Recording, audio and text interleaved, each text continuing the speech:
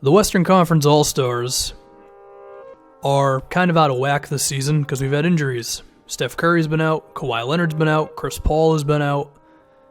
So this is a little more difficult than it has been in the past, or maybe not even difficult, but you would at least spend about 5 more seconds searching around than you would before. The guard positions are pretty easy. It's James Harden and Russell Westbrook.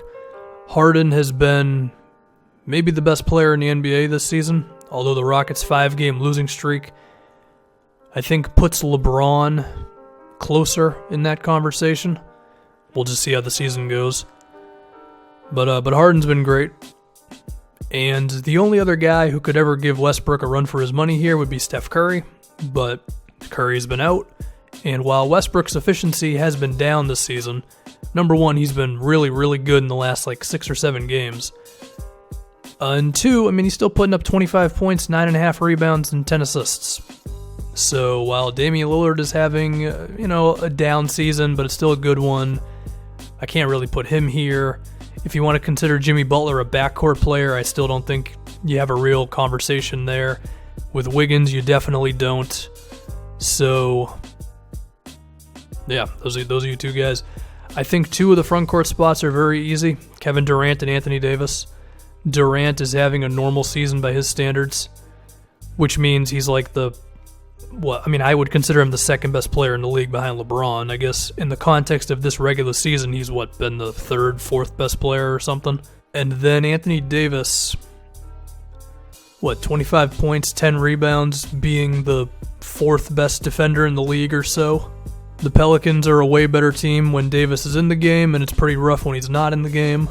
So, yeah, he's your other front court guy. So far we got Harden, Westbrook, Durant, Anthony Davis. I think the next front court spot is the one that will have the most discussion around it. I think you're looking at DeMarcus Cousins, LaMarcus Aldridge, Jimmy Butler, if you want to consider him a front court player.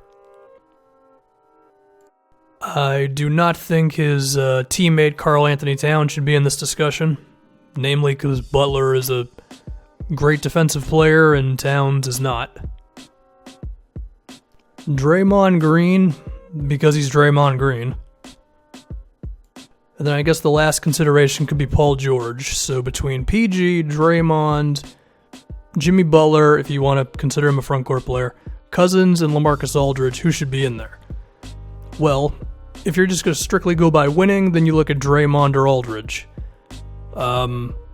Between these 5 guys, if you gave me my choice of who I want on my team, there's a decent chance I would take Draymond Green. Whether I think he's played better than the rest of these guys, his defense has been a little worse this season. Still damn good, but a little worse.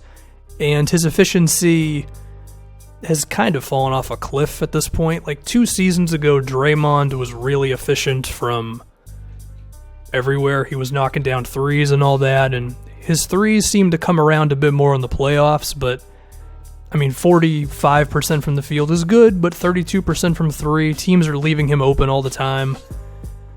It puts a little bit of a dent in it, You look at LaMarcus Aldridge. Now, his case is really interesting because he was killed in the offseason, man. Everybody was saying that he's fallen off and all that, and then you have Kawhi, who's been injured for a while, and Kawhi just came back, and Aldridge really carried San Antonio's offense.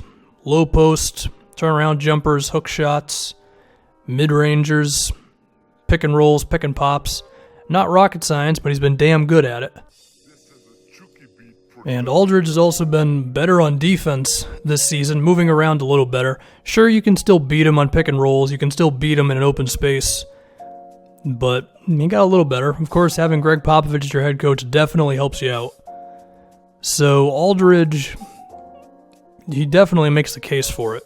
Then when we get to DeMarcus Cousins, in terms of just counting numbers, what's Boogie putting up, 25 and 15 or something? So you could see that and immediately go, oh, well, he's the guy. Well, here's the thing, okay? Number one, he's putting up 5 turnovers a game. So he's given back a lot of what he's dishing out. 2, his defense has regressed back to A lot of reaching in, a lot of lunging, a whole lot of getting beat in open space. At times, just not putting in the effort that he should be putting in. But also, the Pelicans are in this weird situation where they are excellent with Anthony Davis in the game, which speaks a lot to Davis's defense and all that. And they're almost the same team with Boogie in the game or Boogie not in the game. And when you look at the two-man combinations for DeMarcus Cousins, him with Drew Holiday, him with Dante Cunningham, him with Rajon Rondo, him with Etuan Moore, they're like all negatives. Whereas on the flip side, Anthony Davis with all those same players are all positives. Well, actually, I did make one mistake. Cousins with Cunningham is actually plus 1.3, so we'll give him that much. And he's actually plus 12 with Ian Clark, but everybody else, besides Anthony Davis, it's a lot of negatives. So,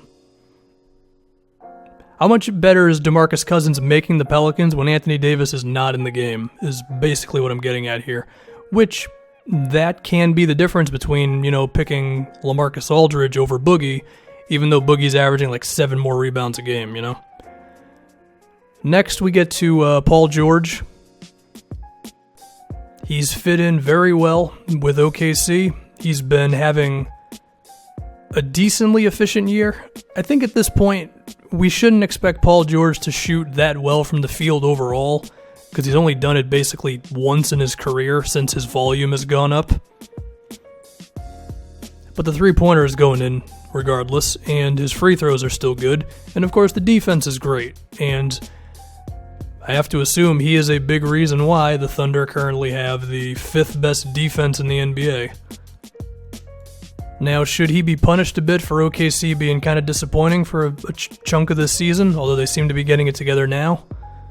Yeah, sure. That's fine. I think you can knock him down a little bit. Now, was it entirely his fault? No, but the situation is still the situation, so I can see why you'd knock him down a bit.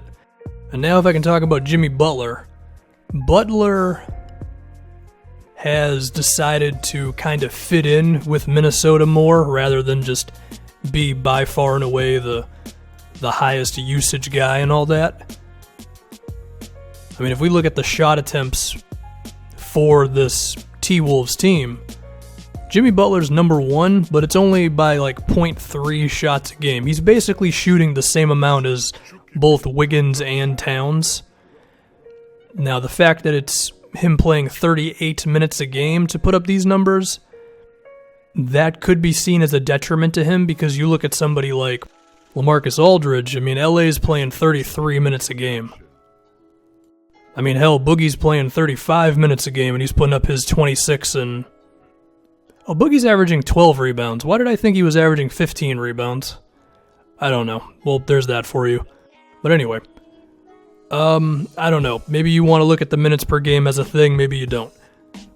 Ultimately, if I have to pick one guy, I think I'm going LaMarcus Aldridge, because carrying the Spurs offense when they desperately needed someone to do it with Kawhi Leonard out, to me is some pretty impressive stuff, okay? And then you just look at everybody else. I mean, there's cases for all these guys, and DeMarcus Cousins is probably going to win because... I mean, people like Boogie. I think they see the 26 and 12 and they just go, he's the guy. And, once you dig deeper into stuff, I don't think it's as obvious as that. Whatever. I'm taking Aldridge, man. Okay, so what's starting 5? James Harden, Russell Westbrook, Anthony Davis, Kevin Durant, LaMarcus Aldridge. Salute to all the DeMarcus Cousins defenders that are going to inevitably show up here. Hope you all have a good day, and you enjoy your New Year's. And I'm done.